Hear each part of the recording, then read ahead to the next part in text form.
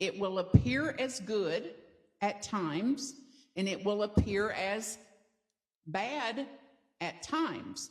So that's the infinity of it. It is the good and the bad, not one or the other, but both and.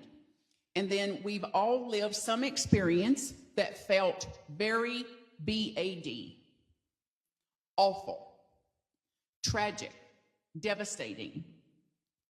And then when we get through that and heal through that, we look back and say it had a purpose. That loss, that tragedy was purposeful to my human experience. It was purposeful in my awakening. Now, did it hurt like a son of a gun? Yes. And eventually we can look back and see that had a purpose also. So that means then hopefully after today that whatever comes, we don't have to love it. We certainly don't have to embrace it. We don't have to deny the pain of it. And I want to go in the direction of seeing, what can I learn from this? How can I be with this differently? Which is the basis of Unity's teachings. How can I be with this differently so that I can have another experience of this besides the one I'm having, which is resisting it, afraid of it, mad about it, irritated about it, frustrated about it, to say, that's my humanness, and I want the part of me that's in a higher state to be able to lead me through this, to say, I don't love this, I can't embrace this. You know, no sane person would get out of their car with a flat tire on I-35 or whatever y'all got around here and go, oh, goody, goody. Oh, goody, a blowout. No, but it's like, okay, this is the difference and a misunderstanding of our teachings that says, well, if I got a flat tire, I caused it. There must be something in my consciousness. Well, could you all just laugh? I mean, how much longer are we going to do that? Versus, I didn't cause a flat tire. I hadn't even thought about tires. The only time in my life I think about one is when I purchase one and when it's flat. In the meantime, I have no consciousness about tires. But then we get out, there's a flat tire, and today, if you go out to go, and there's a flat tire, what's this part of you going to say about it? Ugh, awful. Well, that's what, don't get ahead of me, girl. Like, that's what a sane person would say. See, but just before that kicks in, what's the triggered response going to say? Why me? This is awful. Like, and I came to church and stayed for that dumb workshop after all I've done for God. So it's going to respond like this. Versus if we just looked upon the thing. So now, in that case, with what we think unity's about and new thought, what did we just create? Tragedy, grief, drama. We split it into the this is awful, and then the addiction, see, to that part of the mind is to awfulize it. It's awful enough, but it's got its tendencies to awfulize it. So then ruminate in the awful of it. And then it's like, ain't it awful, ain't it awful, ain't it awful? And then somebody will come through and go, hey, I got AAA. I get your tire fixed. Reverend Randy will say, I know how to change a tire. Stand back. Like, watch me do something here. So then somebody steps in, gets us all situated. Then it's like, there was never a problem except to this part of the mind that didn't get what it wanted. That was very inconvenienced. So this is the part we're dealing with. And then if we're not careful, even us unity-based positive thinkers will go through the afternoon, get in our car, And the phone rings. It's like, hey, how's it going? Awful.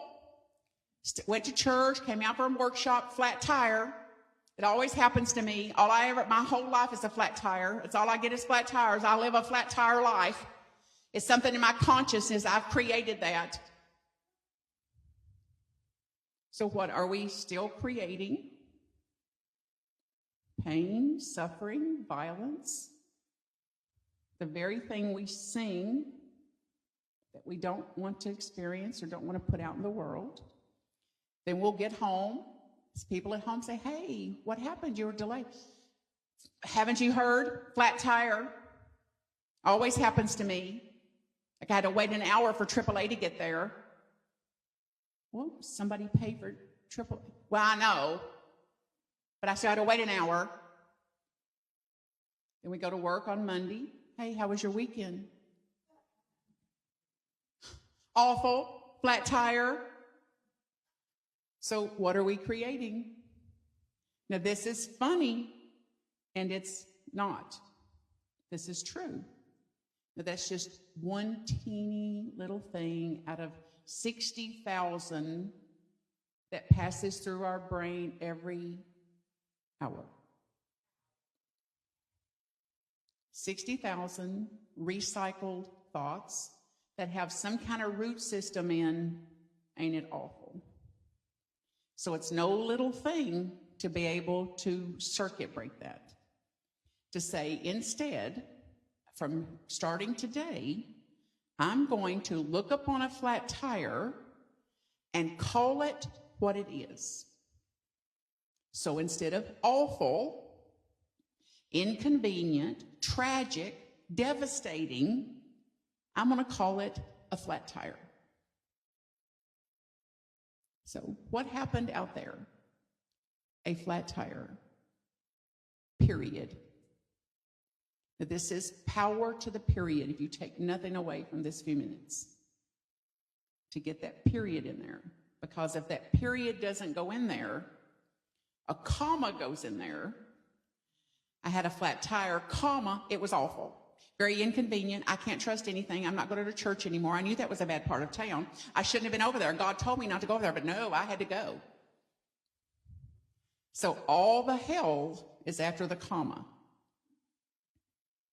All the hell is after the comma. So what happened? A flat tire. Period. Period. Now think then about how you can apply this in your relationships.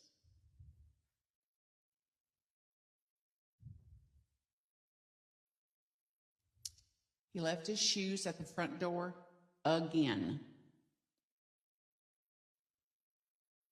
Clearly a trip hazard.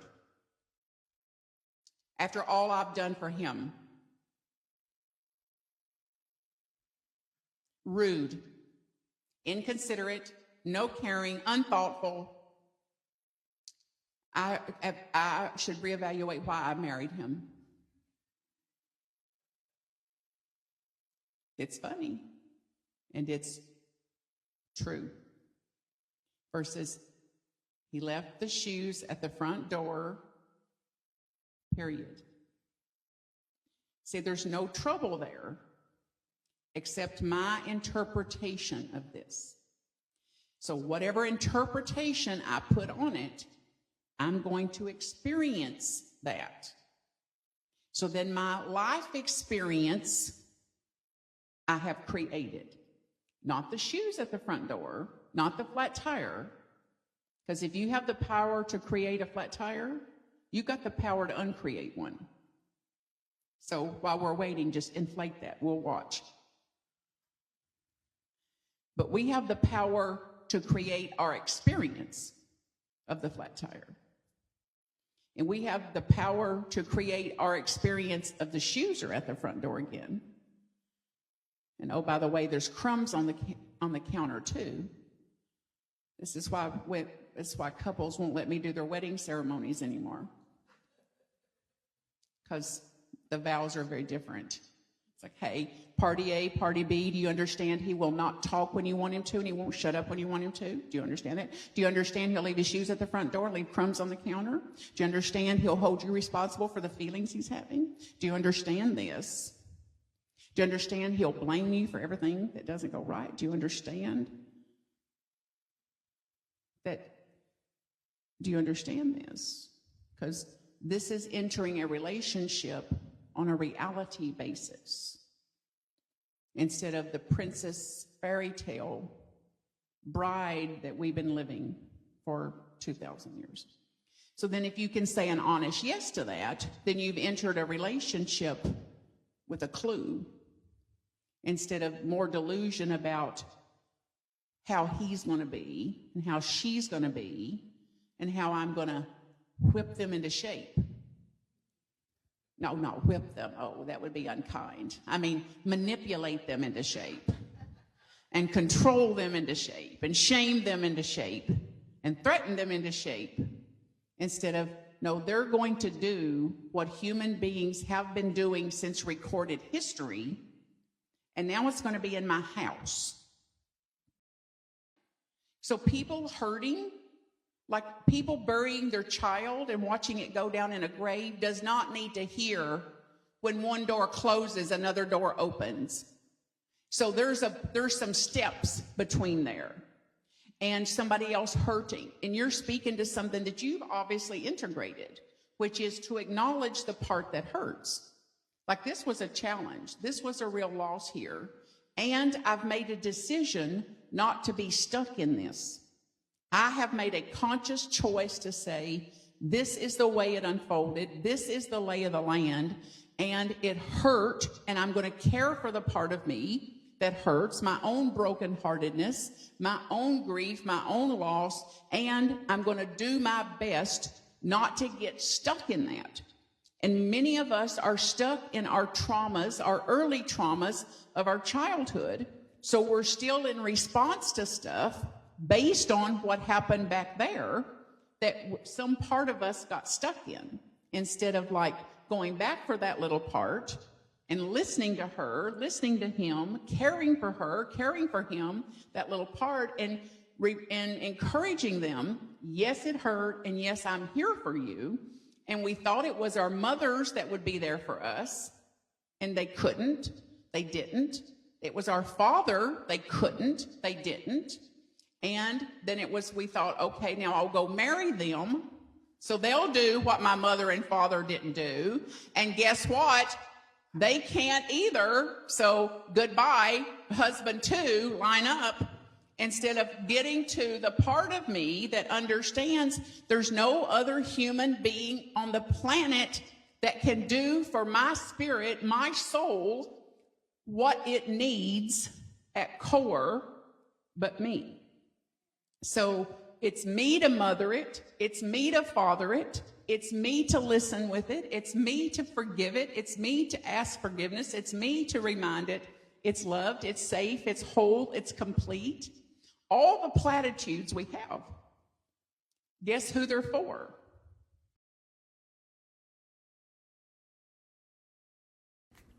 marthacreek.com if I can support you. Blessings.